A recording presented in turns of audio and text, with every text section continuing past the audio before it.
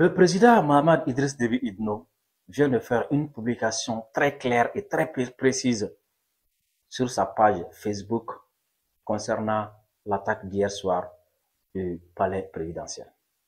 Et après la lecture de cette publication, personne ne va plus se poser la question qui étaient ces assaillants, qui étaient les commanditaires.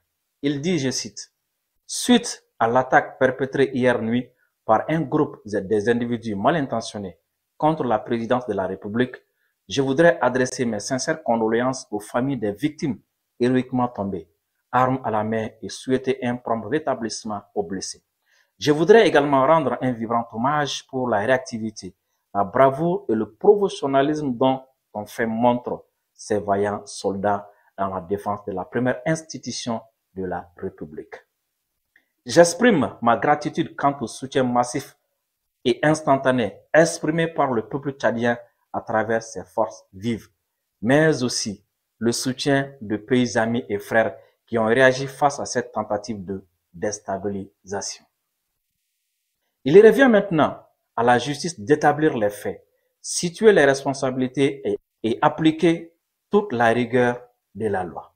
Les assaillants de cette vaine tentative visaient à me vitrifier, mais ils ont été vitrifiés par la vaillance, la vigilance et le courage de la garde présidentielle. Chers amis, les présidents de quel pays avaient pour habitude de vitrifier les présidents africains? Si vous trouvez le nom de ce pays, vous allez trouver sûrement les commanditaires. Je dis bien les commanditaires. Je dis bien l'auteur, celui qui voulait assassiner hier soir le président Mohamed Déby Itno. Merci. Gbagbo. J'ai appelé Laurent. L'aide de camp, le colonel me l'a passé. Laurent Gbagbo me dit, alors Bob, comment va? Je dis, Laurent, ça fait des années qu'on se connaît. Je te passe un message du président Sarkozy. Je suis dans le bureau de Claude Guéant. Il te demande ceci, ceci, cela. Ce que je viens de dire. Il m'a dit, tu diras à ton ami Sarkozy que je serai son Mugabe. Bob, je t'ai assez entendu. Et il a raccroché. Et je suis allé dire à Sarkozy, il me dit, alors comment ça s'est passé? Je lui dis, bon, voilà comment ça s'est passé. J'en suis malheureux. Il a bondi de son fauteuil. Il dit, puisque c'est ça, je vais le vitrifier. Vitrifier. Vitrifier. Je lui dis, Nicolas, s'il te plaît,